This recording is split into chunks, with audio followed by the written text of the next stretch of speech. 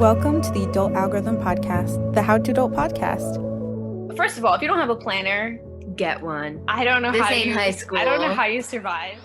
There will be no sugarcoating whatsoever. This is the hashtag No Sugarcoating podcast. And I'm your host, Jasmine Johnson.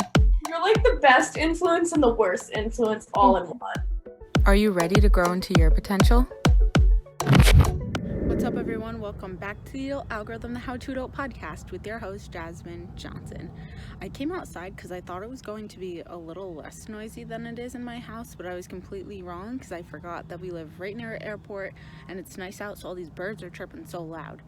Anyways, hi, I hope you're enjoying your week so far, and happy April. It's great. It's getting warmer. We're coming outside. We're drinking a lot of water. We're doing self-care. Seasonal depression soon will be over, let's hope.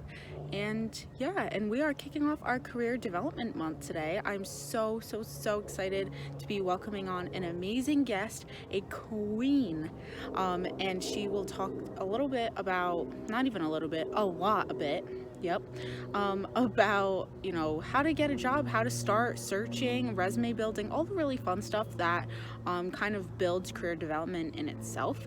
So I'm really excited for that. And for today's small business platform, it's not so much a small business or a small platform, but it's great that it is growing and it needs to be grown more. So I definitely want to promote Jackie and her TikTok and Instagram, and let me show you right here. This is Jackie Cuevas. While she's not working at the nonprofit Big Brothers Big Sisters, you probably see her on your Instagram feed or For You page on TikTok. She's an amazing content creator that helps people with all things career development. From job searching to resumes to interviewing, I'm excited to welcome her on today to teach all of us at the Adult Algorithm about what she's passionate most about. If you want to learn more from her, you can check out her TikTok and Instagram at Jackie Caves. I definitely wanted to highlight Jackie as the small platform today because, like I said, she's the guest today and we're going to be learning a lot from her, like you just saw in those TikToks, so she knows what she's talking about. So again, get out your notebooks, get out your pen, and get ready to learn. And here we go. Well, hi, everyone. My name is Jackie Cuevas. I am active on Instagram and TikTok. If you want to find me and the career advice that I give out, my handle is at Jackie Caves. And just a fun fact, Cuevas does mean caves in Spanish. So people think I misspell my last name all the time. So that's just thought I'd share that little fun fact. But my background is in recruiting, and I currently work in HR in the nonprofit sector. But in my recruiting background, I recruited for a lot of different industries, so I'm well versed in the process, job searching, resume tips, how to interview. So I'm so excited to speak with Jasmine today and just to share some nuggets of advice that could be applicable to probably all of your listeners. So I'm ready to go. Yes, thank you so much for coming on. I'm so excited. Everyone, as usual, get out your notepads, get out your pencils. You're gonna need some bullet points for this episode. It's going to be amazing. So thank you, Jackie, so much for coming on. Absolutely. And the first question, of course, is what got you into, helping and teaching people about career development in the first place? So I think what stemmed from this just has stemmed from high school. I was involved in student government. I played tennis. I did volunteering. So it was more so about giving back. And then once I got into college and got involved and started learning about other careers. Well, to be quite honest, I didn't think about careers until probably when I graduated, which is a no-go. Don't do that. Definitely start early on. But my first job post-grad was in customer service. And what I liked about it was just helping people. Mm-hmm. And when I worked at a call center for Honda, I helped customers with their accounts, waiving late fees. So it was kind of that short-term relationship of helping them with minor problems. And then I got approached about an opportunity to become a recruiting coordinator. And at that time, I had no idea what recruiting was. So I learned more about it. I was like, this sounds kind of cool. And moving forward, I just kind of took that and ran with it. And, just helping candidates, refine their resume and understand what is a reason for looking for new employment, because sometimes people are very happy and sometimes people don't know they need a new job until they are approached by an opportunity. Right. And so I was promoted from a coordinator to then a recruiter. And then I switched from a small management consulting firm to a HR consulting company, and I did a bit of business development, sales, and recruiting. But I really wanted to be more in the relationship building aspect of whatever I do, whether it is in recruiting moving forward. And so there was a point in my career at that time where I was like, I feel like I'm not doing enough. And so I then transitioned to the nonprofit sector. And I feel like a lot of people have a lot of misconceptions about nonprofit. I work for Big Brothers Big Sisters. We're the largest youth mentoring organization in the country. And so for me, it wasn't about the money. It wasn't about, working for, those big tech giants, although the people who work there are fantastic. And if you have that on your resume, excellent. But for me, it was more about being fulfilled and really just being passionate about what I do. And so I was doing a little bit of recruiting. Then I kind of dabbled with events and development. And then about a year and a half ago, I transitioned to HR. And HR encompasses not only recruiting, but onboarding and interviewing and culture and leadership development. So I love what I do, and just me being passionate about helping people even stemmed into TikTok. To be quite honest, I wanted to pursue some sort of passion, creative project at some point. I didn't know if that was going to be a podcast like this one or YouTube. And then, quarantine happened. And, ironically, although the pandemic really turned this world upside down, it really led me to this platform to really continue to serve people and help people in this process that is so complicated and different. And it's not a cookie cutter process. So I think that just really what kept me going is not only TikTok, but just being in this career of serving others and being that resource to other people. Yeah, absolutely. Oh, that's absolutely amazing. I love that story. And especially because you made something so, the coronavirus at the beginning and quarantine was so hard on everyone. You really turned it and made it into something positive for yourself. So that's really cool. Yeah. And it's weird because I think a lot of people who joined TikTok at the beginning of working remote just thought like, I'm just going to join this stupid app. And then it turned into a thing where, it was trending. And, a year and a half later, I am more on TikTok than any other app. And Yeah. I just love the community that it's built and, and the opportunities that it's brought me. So I'm blessed and I'm grateful for just where we are and what has come from this sort of environment. Yeah, I love it. And kind of talking about that process that you help people go through, what is that process, I guess, starting from even searching from jobs? What is like the step by step? So I wish there's so that you can say there is a step-by-step guide, but I really think what helps drive this process is really understanding what do you like? What are you good at? It's hard to say because I think even in college, you have this idea that I need to get a good paying job that's like in a big company and I need to make a lot of money and it needs to be within my major, but that is completely false. However, people do land really excellent jobs post-grad at these big tech giants within the degree that they got. But what limits us, and just keep also speaking from experience and people that I've spoken to, is they think that the job that they have to have post-grad has to be in line with their degree, what they majored in. But it's like, on the flip side, that makes complete sense because you spent 4 years, lots of money on getting this piece of paper. But ultimately, once you enter the workforce, employers aren't looking at the degree specifically. They're looking at your internships, your involvements, your part-time jobs. So if I had to say, where do I start? It's really looking within. What do you want to do? Do you like numbers? Do you like people? Do you like sales? Do you like tech, computers? Do you want to work for a big company? Do you want to wear multiple hats? Do you want to work at a startup? There's so many questions that go into what you want to do. But if you kind of shoot in the dark and just apply to everything, that's not going to yield the results you want. Yeah. So I'd say the very first step is to really look and really decide, okay, I want to become, well, my first post-grad job, I want to work in marketing focused on social media within the beauty space. That'll help narrow down your search and it will help make your time more strategic and really looking at the companies, the job boards, job titles, keywords versus like, I think I could be an admin assistant, apply for those jobs. Right. I could be a customer service, apply for those jobs. And, time is money and you want to really work smart, not hard.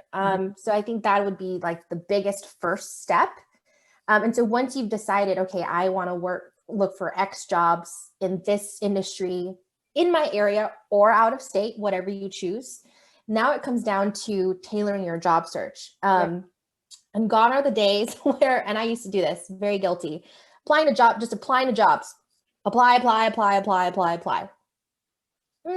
That probably would have flagged maybe a few years ago, but now it's about how do I, as a job seeker, stand out amongst thousands of candidates. Right. And really it's about thinking outside of the box. And once you apply, find a contact at that company, use LinkedIn, use social media. If you have an email, because sometimes job postings have like an email address at the bottom, get your resume seen in front of a human.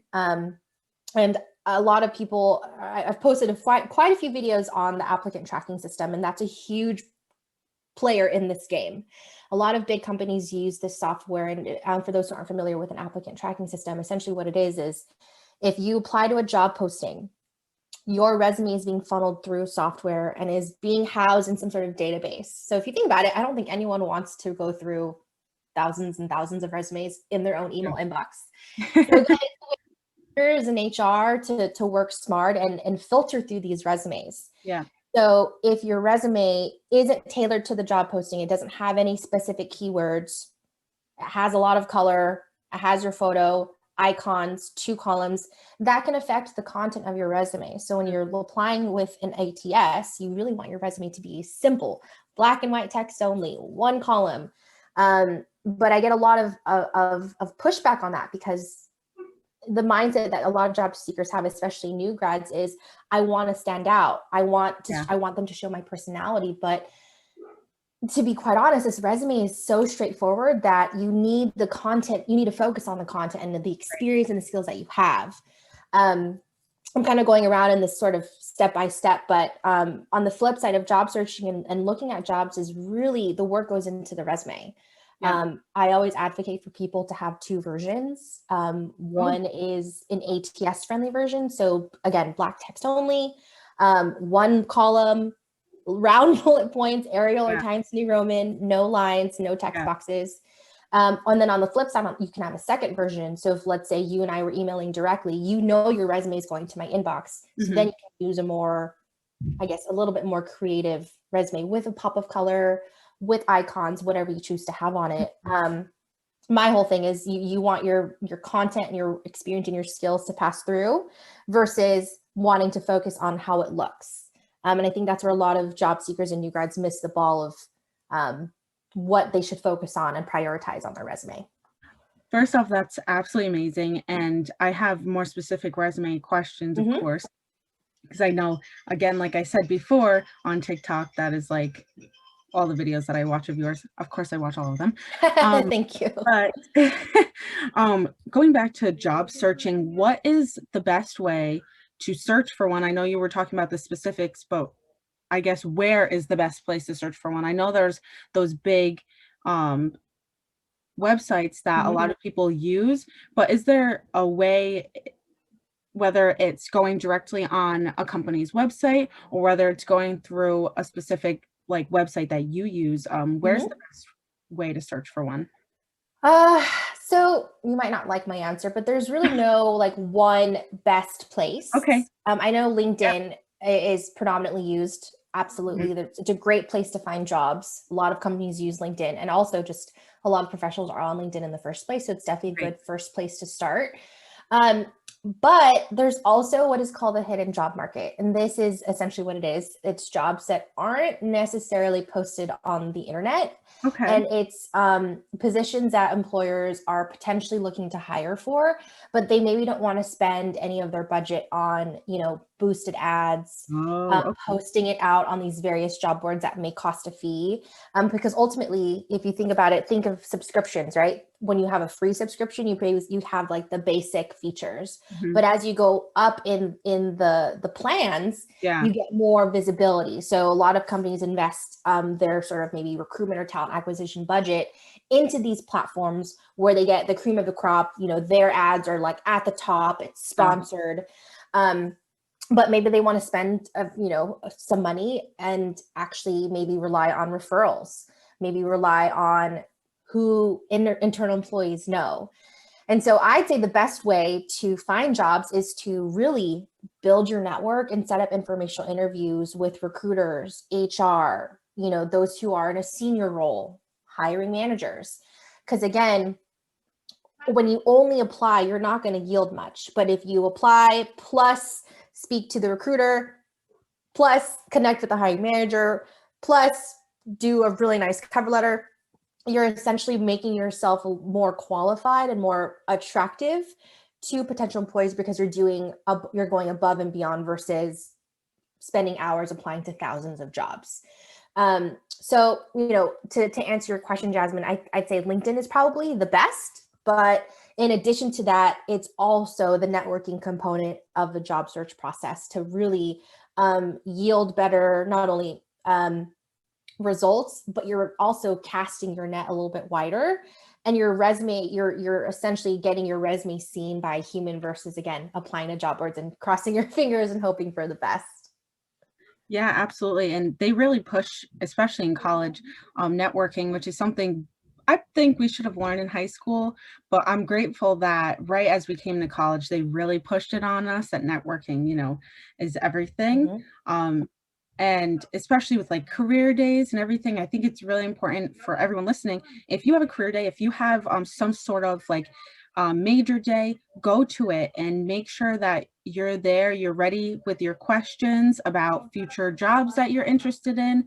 And I think that's really important is LinkedIn. And I have a question. Can you explain about LinkedIn? Can you explain what LinkedIn is once again, just to really drill it in? Because I think some people overlook LinkedIn and wait till their senior year to get one. And how do you build your connections on So there? LinkedIn is at the core of it another social media platform, but it has more of a professional flair to it. It is a place to connect and to network. And really, when I speak to people who don't have one, I really advocate for people to literally sign up that day and create one, because not only for job seekers, you're looking out and finding jobs, you're looking on the job boards, you're applying. On the flip side, recruiters are out there finding candidates for their open jobs. So if you're not on there, you're essentially missing potential opportunity from these recruiters that are out and about, really trying to find these qualified candidates. And so really, I know some people are worried to put their information out on the internet, but when you created Facebook, when you created Instagram, you're putting yourself out there.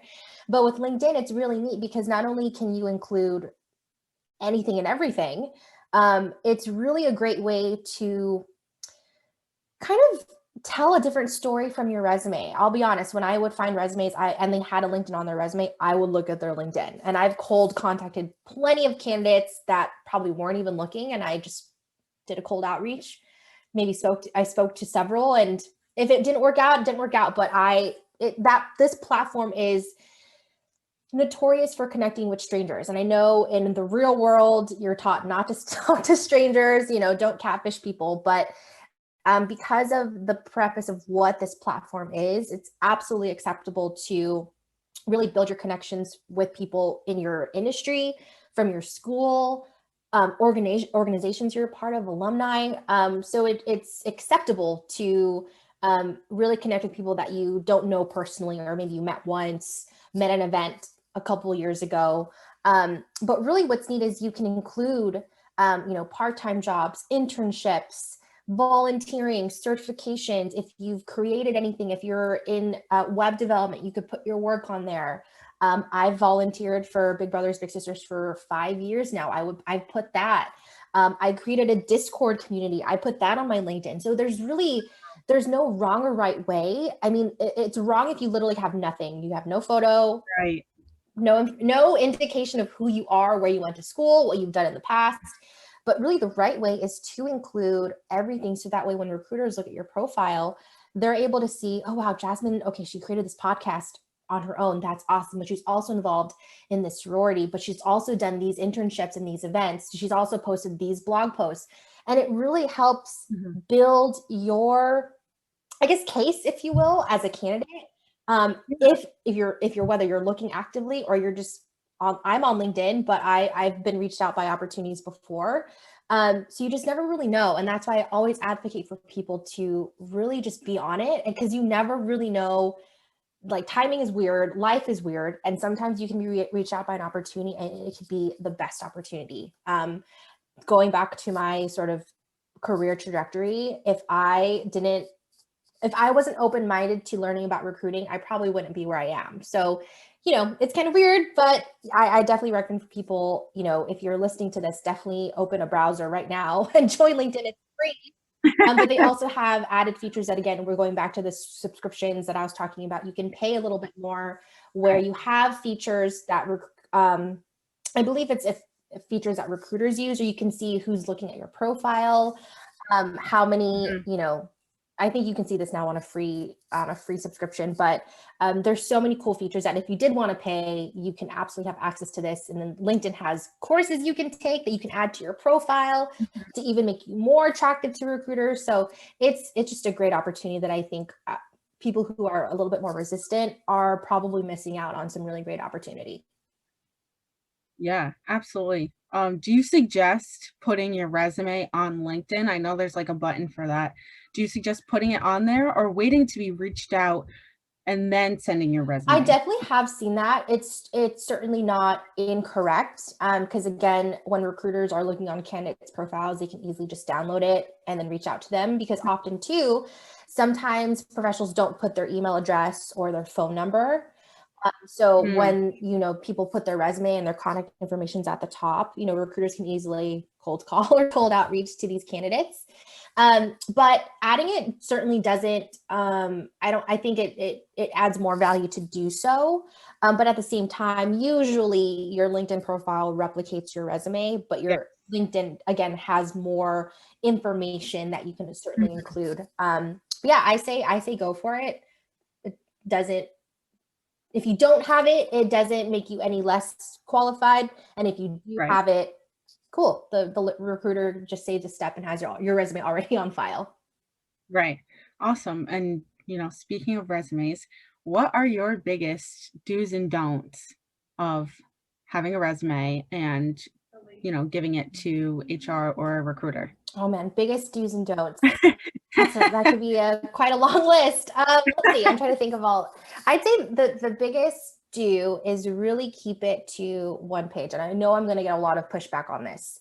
No, I agree. If it goes over one page, it's fine. It's not like you're going to be automatically, oh, Jasmine has 2 pages. Next. In the trash, not even going to talk to her. I think where people, get sort of the wrong impression of like, oh my God, I want to include everything. Why should I limit it to this one page? Ultimately, you want to keep your information tailored and relevant to the job posting.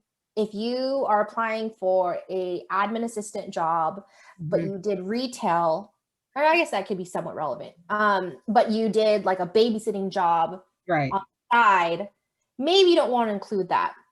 But also keeping things to one page also gives indication to another soft skill that I think not a lot of people think it possesses, but you're able to really be succinct with your information if you can really bring it down to one page. However, if you're listening to this and you have like over 10 years of experience, then you can have more than one page. Usually they say one page is like equal to 9 to 10 years of experience. And so, as you move forward, then absolutely add more. But I've spoken to, I remember speaking to a professional. I think he's been in the industry for 20 years in like mechanical engineering, and his resume was one page. So it's absolutely doable. And you can do it. It's really being strategic of what you want to include that is relevant to the position that you're applying for. So I'd say that the biggest do is, if you can, keep it to one page. Yes. It's speaking in ATS terms. I would keep it very simple, black text only. Definitely include your contact information. If you have like a website or a portfolio, absolutely include that. Another thing is you want to include your current location. Mm-hmm. And the reason being is, from a recruiter lens, if let's say, I'm a recruiter in New York, and a candidate applies to my job and I don't know where they are, I can assume where they are based on their education or maybe their current or previous role. But I'm like, okay, we're in a virtual space. What if they're not even in the East Coast? And just considering non-local candidates is a risk. So I would put your current location. Definitely use strong action verbs and really ensure your bullet points under your experience or projects or volunteering are results based, meaning don't just list what you did. Don't just say, answered incoming phone calls and filed paperwork. That's great. That's awesome. We want to see what you did, but we want to more see what value did you bring? Did you result in anything? What impact did you have at the company? What were your achievements? So really think results focused. So, answered 100 plus incoming phone calls to assist customers with their account issues. That is a lot more strong than answered phone calls, because you're giving a little bit more detail, but you're also demonstrating, I can do this, but it's because of this, or this is the reason why I filed paperwork, or this is the reason why I folded clothes to, at my retail job. And I'd say that's the biggest missed opportunity as well, is when candidates simply just put what they did. Maybe they just copied and pasted their previous job description and left it at that, but, expand a little bit more and make it strong. And as far as don'ts, I'd say don't just list what you did. Don't list like personal things. As far as like, I've seen an interest section, like interests, volleyball, drawing, running. And I know there are some people who like that because it helps give a little bit of personality to the resume. But again, my whole thing is, the information and the content that you have on your resume, you really want to keep it tailored to the job posting. So I actually advocate to not include an interests section. And again, ultimately keeping it relevant. And what that means is, if you're applying for, let's say, marketing, but you maybe did one position that was, like, let's say a retail job. If you didn't do anything marketing related that you can think of, then maybe not include the marketing job on your resume. And then another key thing, another big do with resumes, I keep going back and forth with do's and don'ts. No, it's fine. Is when I say tailor your resumes, look at the job description and look at your resume. What keywords or buzzwords are you reading through this job description, especially in like the requirements part of the job description? Is there anything that you possess from that list? Like if they say we're seeking someone who has experience with Microsoft Excel, pivot tables, Zoom, Google Drive. If you have dabbled with any of those skills, you absolutely want to include that on your resume. Again, look at the action verbs that they're using on the job description. If they see that they want someone who, can communicate effectively, you want your bullet points to demonstrate those soft skills, your ability to work with other people, other departments. And, that's really the best way, because again, when we go back to this applicant tracking system, the way recruiters filter through these resumes is maybe some are really looking for specific keywords. Right. I'm looking for, a candidate that has pivot tables, Excel, and PowerPoint. Enter. And then it's if you don't have those keywords on your resume, yours is going to get lost. And then if you do have it, yours is going to go to the top of the list. So there's a lot of work that goes into the resume, but just know that you're not going to have like a perfect version, like the end all be all, because you're constantly going to be refining, taking things out, adding, moving things around. So just know when you come up with a version, you're going to probably make edits to it later on. But there's legwork that goes into this process. But if you put in the work and tailor it specifically to the job, that's like the biggest thing, then your resume will absolutely get seen for the jobs that you apply for. Absolutely. And again, all very important.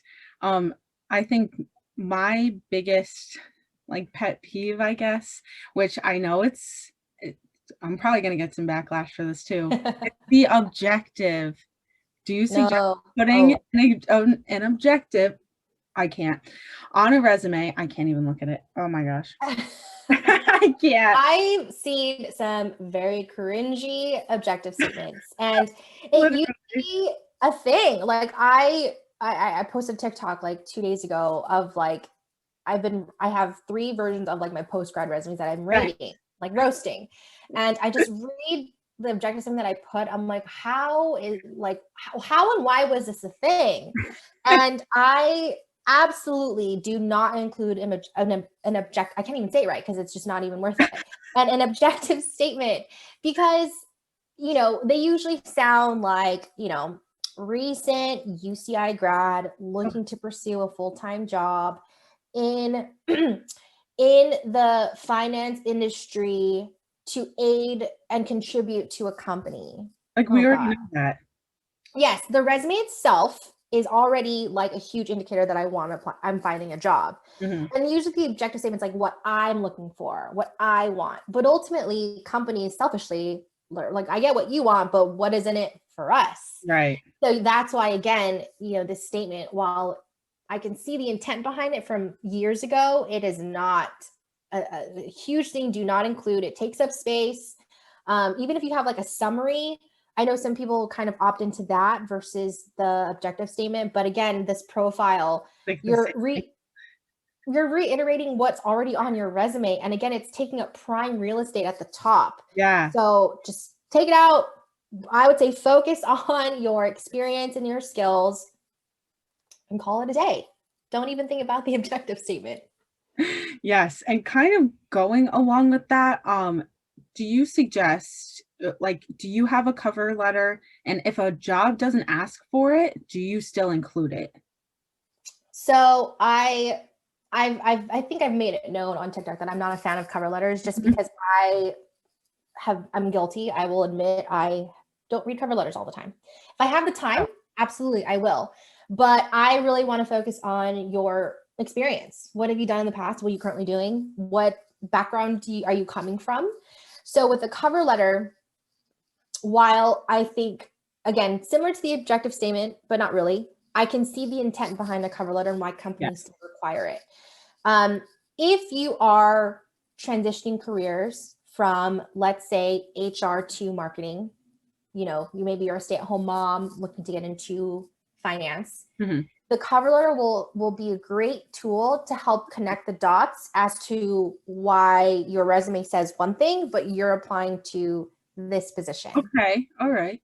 So I'd say that would be a great time to include a cover letter. If you, let's say you're not switching careers and you're applying to a job that requires a cover letter, like before you can even click submit, it's required. There's a little asterisk and you have to upload a cover letter. Then I'd say my best piece of advice for approaching this cover letter is to kind of approach it in an unconventional way. Okay. Oftentimes it sounds like, dear whoever, I'm very interested in this position at your company. Here's why, which is valid. But from my standpoint, on the other end, if they all sound the same, I'm not going to want to read it more. Yeah. However, if you kind of think of it like a persuasive essay where you start with a really strong first paragraph and you're, let's say you're applying for a marketing position in, the e-commerce space. Mm-hmm. If you're a small business owner and say, or let's say you're applying for a job at Shopify or Square. Yeah. I own a small business and Square has really helped progress my small business over the past year during this pandemic. Okay. And when I saw this position on your website, it really got me excited because not only am I a consumer of Square, but just knowing the different features, it has really helped up level how I assist my customers with my products. That in itself, I'm like, Wow. ooh, holy cow. Okay. And then you continue on with explaining. So you hear that the first paragraph is your Mhm. why this industry, why this company, why this position. Okay. Then you want to segue into, what 2 to 3 skills do you have that make you like the best candidate for the role? You don't want to, and usually you can use bullet points in a cover letter just to make it easy to skim. And then when you close it out, it's a call to action. Okay. I'm very interested in potentially joining the team. I'd be more than happy to explain my skills and background to you. I would, if you're available to chat, I would love to speak with you. If there's anything that you need, please let me know. Anything that ends it where you're kind of initiating the other person reading the cover letter to take action, whether it is to call you right away, email you. I'm going to want to know more. So that's why when you start with a really strong paragraph, they're inclined to want to read the rest of your cover letter. And then they're like, okay, this girl sounds great. I want to contact her. Wow. Versus, again, if you approach it in the very basic, hello, I'm interested, then it all just starts to sound the same and it's probably not going to get read. So that's my biggest piece of advice, is to really approach the cover letter in a creative way. Now let's kind of flip it on the other side. Let's say you find a job posting and a cover letter is not required. If you add one, great, that's cool. If you don't, it doesn't make you less valuable as a job seeker. Mhm. So it's really up to your discretion. Oftentimes it's kind of like I wouldn't say the more you do, the better. Okay, so in some cases, yes. But again, this piece of paper, this cover letter, it's another piece of homework that job seekers do. And it's, not only is this process extremely daunting, but to add another piece of an assignment, I Mhm. feel like doesn't add any value versus like, let's just interview these candidates. Like, we Yeah. don't need a cover letter. I want to speak to you. I'm just going to call you. Right. So again, it's up to your discretion if it's not required. Again, if you are switching careers, absolutely do it. But if you don't, I'd rather have the time go towards your resume and Right. your networking and your cold outreach and kind of building your network that way versus spending maybe 1 to 2 hours on a cover letter Yeah. that may or may not get read. So it's like, where do you want to take your chances? My I'd say the resume and the networking piece. gosh. Yeah, that's awesome advice. That definitely helps a lot. And also, I don't know how you literally like made up that first paragraph, like in your head. I was like mind blown. That's amazing. Um, I have a knack to do that. So that's why I'm like, you would, I mean, I know you said you were thinking about getting a podcast. You should do one because I would listen to it. Like, Oh, thanks, Jasmine. Well, now I'm like even more curious. Like, should I look into this? awesome. And then kind of going into social media, what do future employees look at when they look you up on social media, or how do they go about it? I think I can't speak for all Yeah. recruiters and HR employers, but I think it's another similar mindset to when we look at LinkedIn. Okay. If you are public, what we want to see, what do you do? Yeah. What are you into? What do you like to do on the side? It's not a way to like, if I see someone's social media or if, and it's a certain, essentially we can't like discriminate, and Yeah. what you put out on your social, yeah, what you put out on your social media is absolutely your discretion. Mhm. But there's also on the flip side, things are put on the internet forever and it can come back to you. So it's more of like definitely be yourself and put whatever you want out, but just know there's kind of like a disclaimer, like potential employers do look at your social media. Right.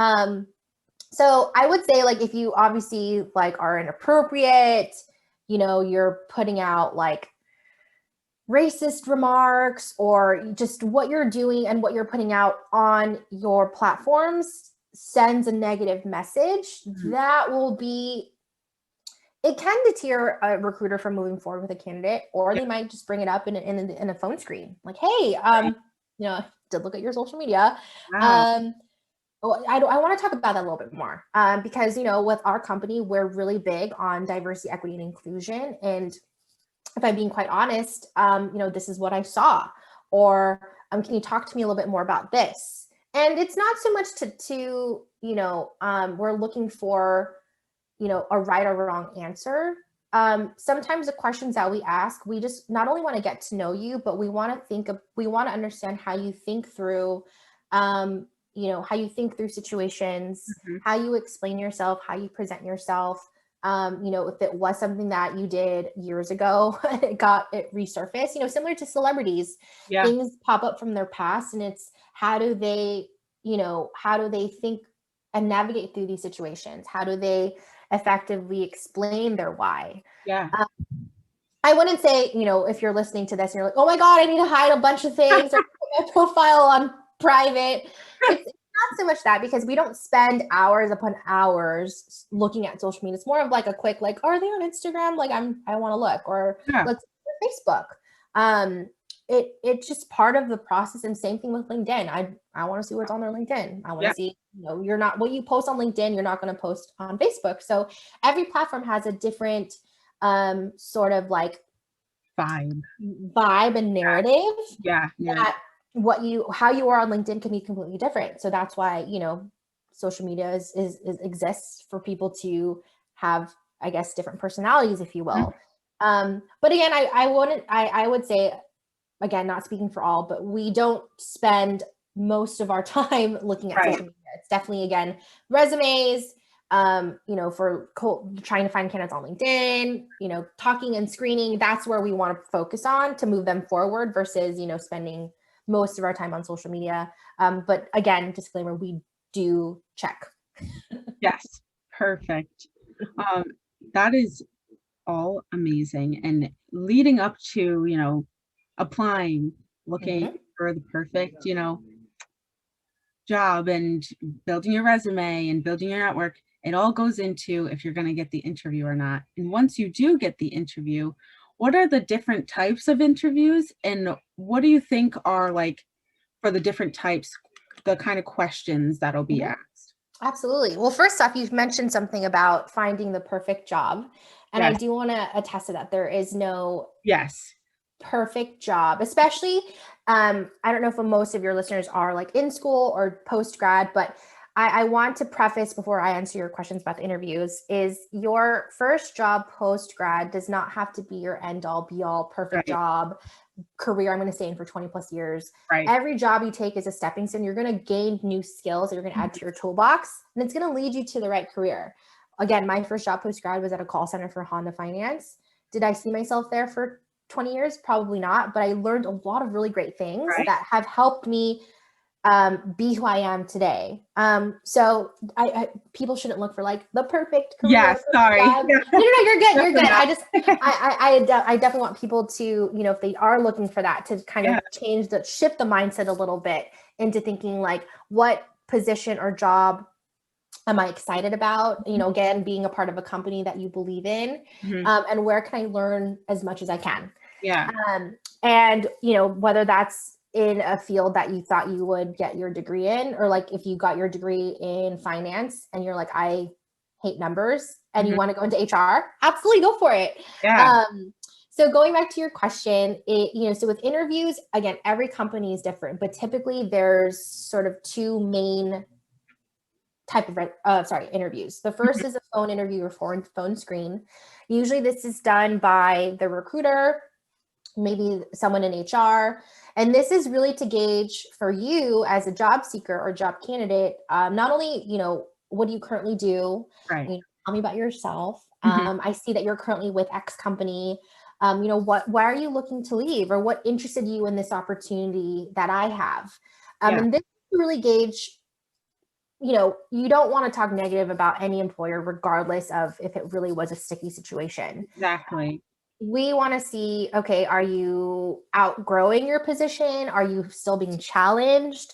Are you looking to switch careers? Because again, what we see on a resume, we don't know that, even though you're currently employed, maybe you have been actively looking for the past several months.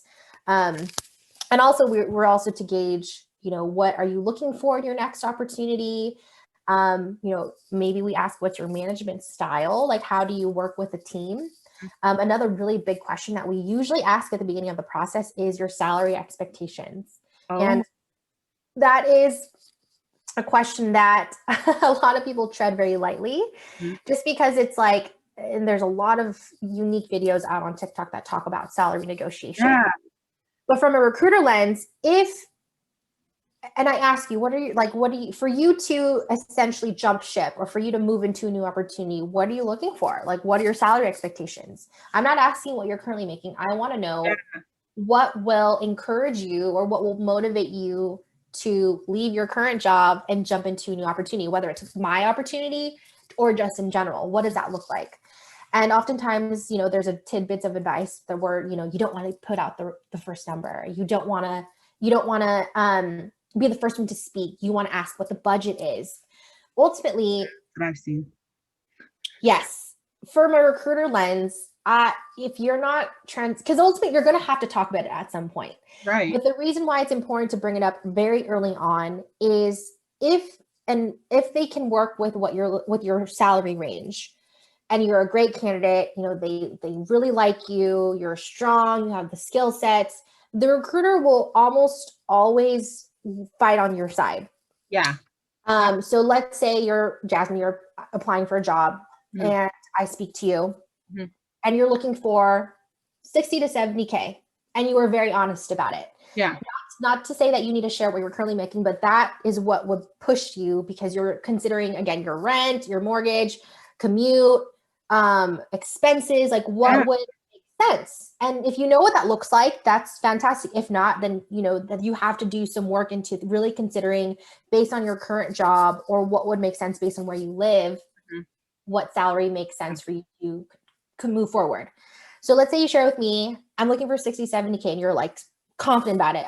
And you can also tell from how a recruiter responds. Okay. And if I say, oh, awesome, great, we can definitely work with that, they're most likely going to work with your range. Or they can say, okay, got it.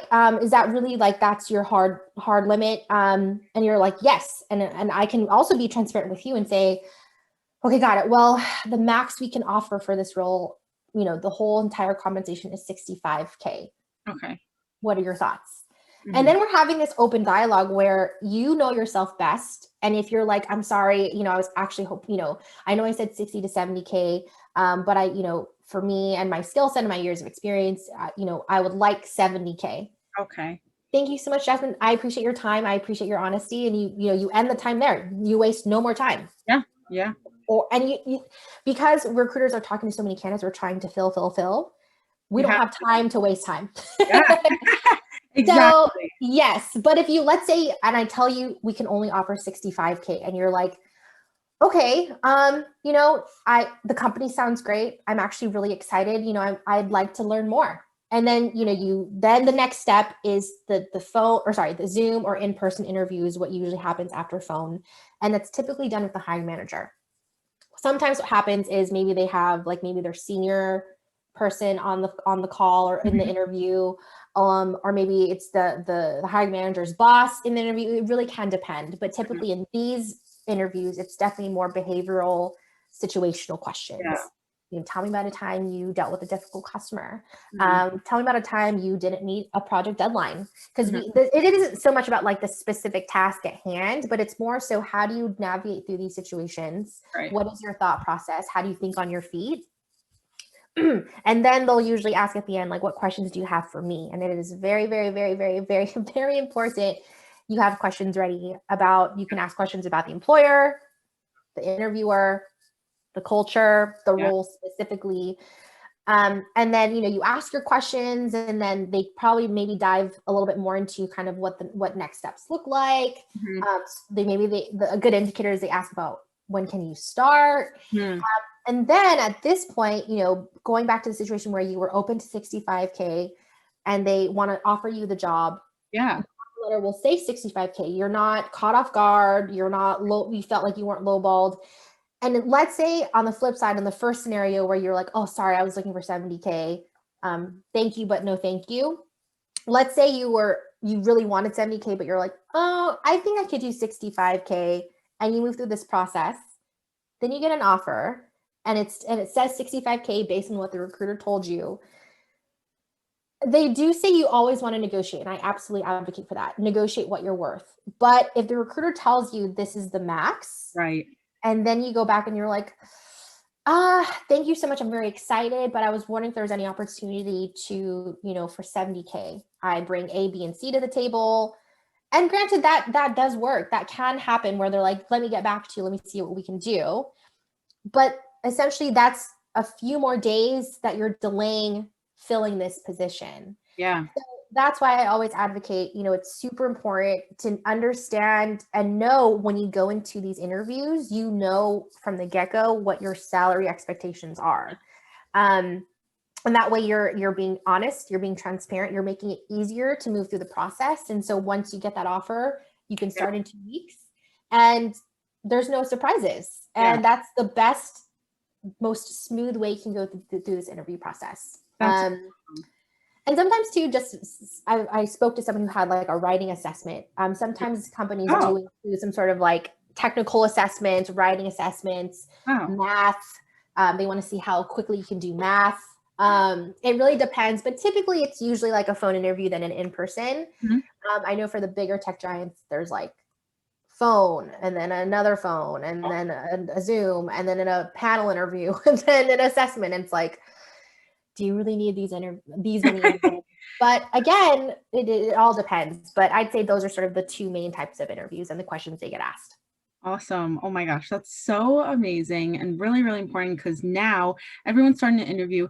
And I know we're talking about jobs specifically, but even for internships, this is all applicable for that as well. I know for my internship, it was behavioral, it was 2 phone calls and then an in-person, I think, or the opposite way.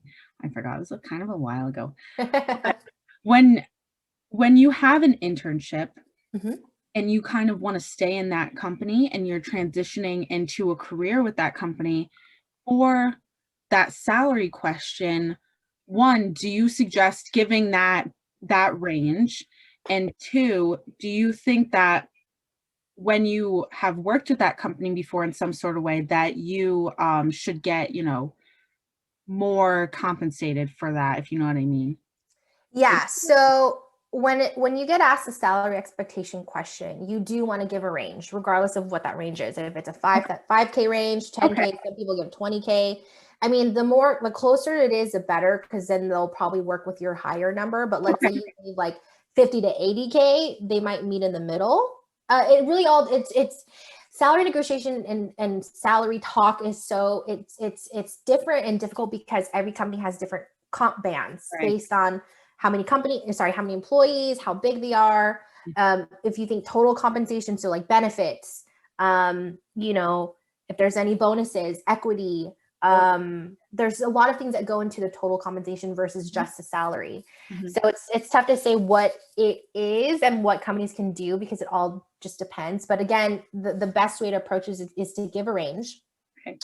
Because you don't want to tie yourself to one specific number, but know that when you give a range, they may go with the lower end. So just ensure that if the lower end is your minimum, then, and you're okay with that, then that's good. But if you're like, I may want a little bit more, then maybe inflate that lower number first.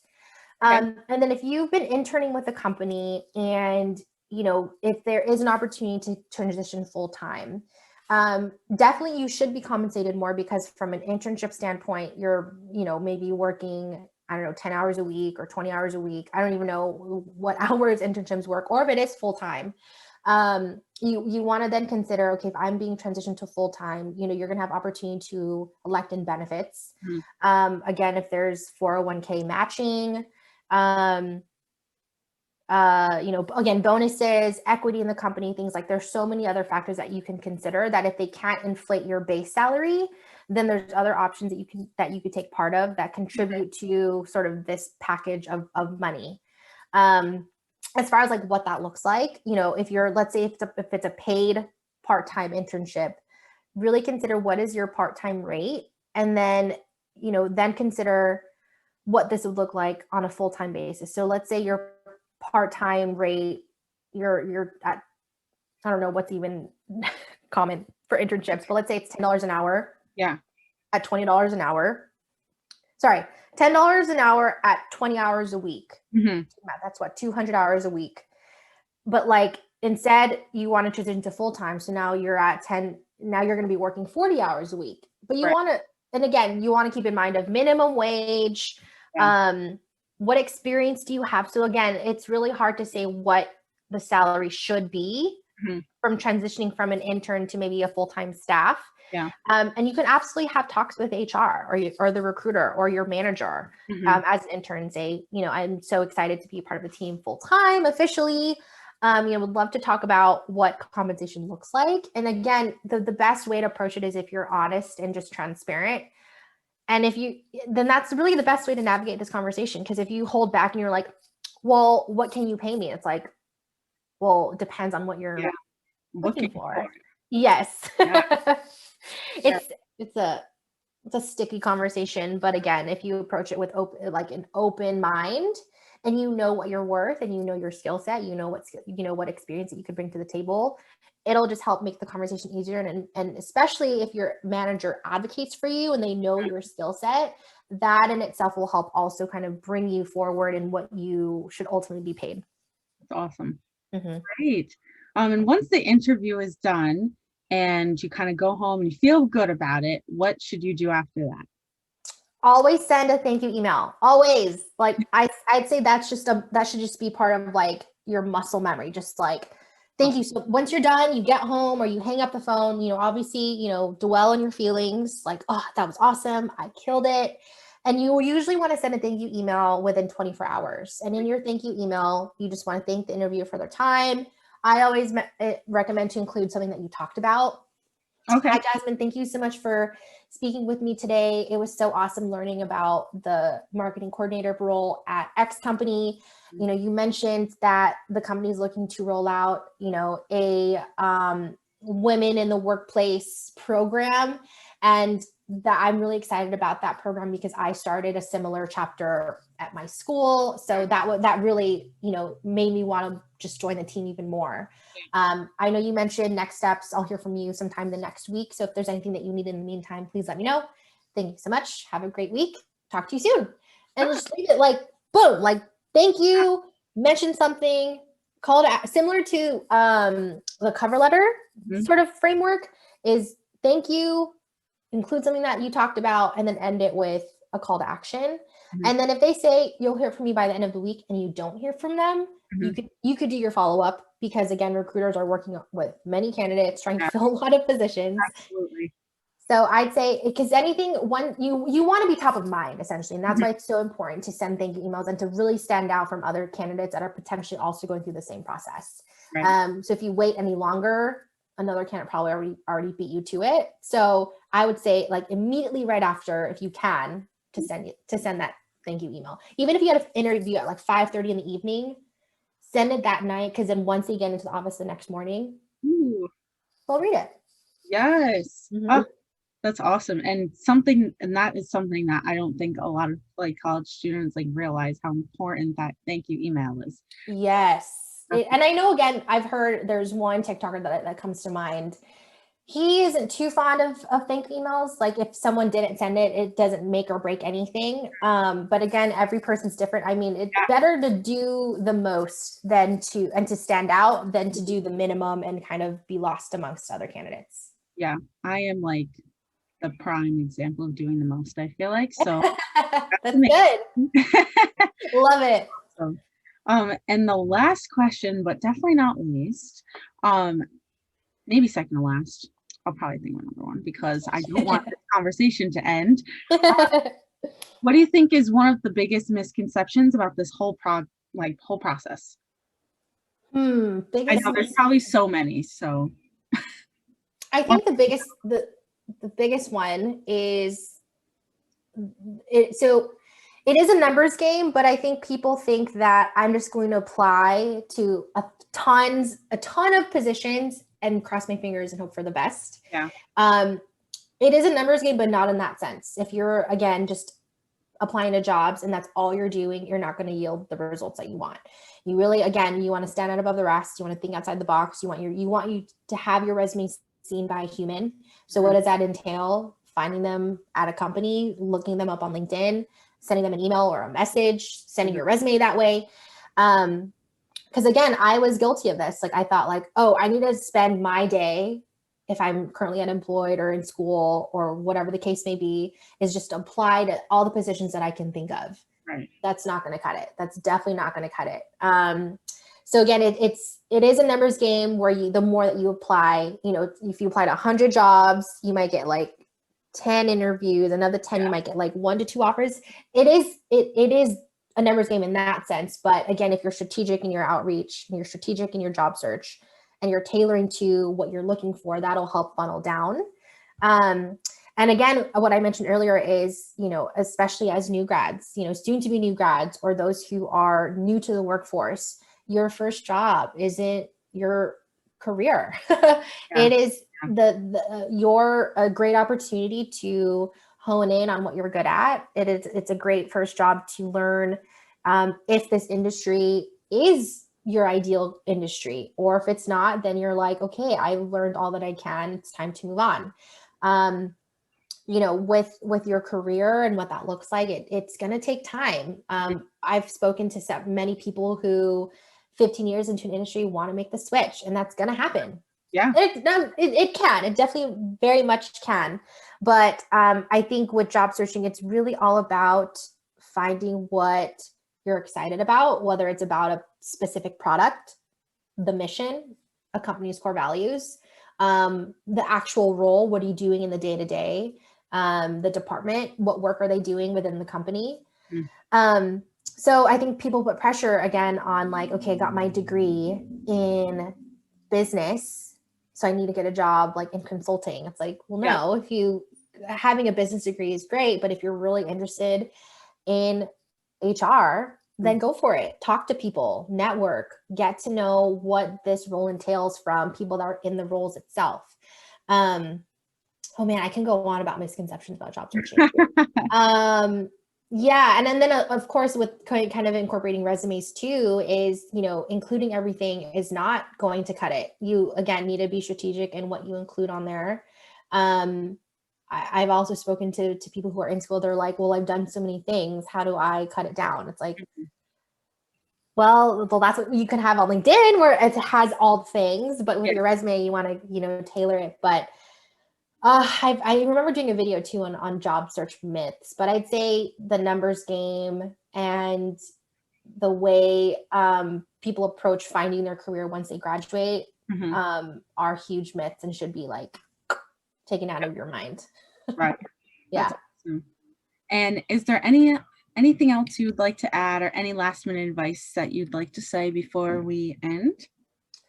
I mean, I would say just really hone in on what you're passionate about. I think there's so much pressure already to, get a good job, work for a really great company, pressure from our parents, from our friends, from society itself.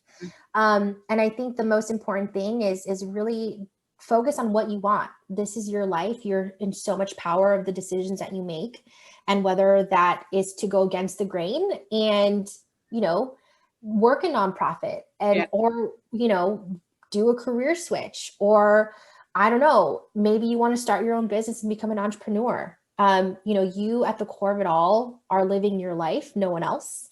And to really focus on what you want and what makes you happy. And again, I can't say whether that's in this industry or not, or this type of company or not. Take that and run with it, and whatever direction it goes in, just really take in and soak in all that you can. As we're in April, so people are probably going to graduate soon. Really just talk to people. I would say I recommend now is to speak to people that are you interested in data science? Not many people are. But if you have some sort of interest in it, talk to people, network. You don't know what you don't know. And the internet's great. You can read on things and read articles, read books, listen to podcasts. But it's also about this type of community where you're speaking to people firsthand and asking the questions. And you're getting reaffirmations of like, okay, data science is really cool. I love HR, or like, oh, I don't know about marketing. because again, the best piece of advice that I give is not only focus on and hone in on what you're good at and what you're passionate about. And if you don't know what that is, I don't know, take some time of like what excites you, what motivates you, and kind of go from there, and then talk to people at companies that you want to work for. But I'm going in circles, but all that to say is, I want to encourage people to feel empowered of their skill set and the type of person that they are. I get many comments where like, I don't have experience. I don't know what I'm good at. I don't know what I like. And, you got to meet me halfway as well and really put some legwork into it as well and really think about all of that. And if you already know right now, as you're listening to me, you know what you're passionate about, you know what you want to pursue, run with it. Use that motivation and use that energy and channel that into this process, because that's ultimately going to pull you through and help you land what you want to get in the future. I can go on and on and on and talk about stuff. So, I want to help people, and I want to continue to empower others to feel empowered about themselves and confident in themselves to make decisions that ultimately benefit them. No one else, not their parents, not their brother or sister, their mentors. I know we want to make people proud, but I think the biggest thing is to really, at the core of any decision you make is, what does Jackie want? What does Jasmine want? What do I want? And that will ultimately help, kind of transcend into the decisions that you make in your school career, personal lives, professional relationships, and no one else. So I know that was kind of a run-on sentence, but I can go on and on. And I am very active on TikTok, and I post a lot of different videos on things like this. And I also do like one-on-one services as well. So if you're interested, I'd be more than happy to chat and just kind of keep this conversation going. So Yes, thank you so much for that. And if you want to plug everything one more time, kind of tell them where they can find you, that would be great. yeah, so I'm more active as far as content creation on TikTok, and my username is @JackieCaves. I also offer, resume consulting and then interview prep as well. Anything having to do with this process, I do one-on-one services.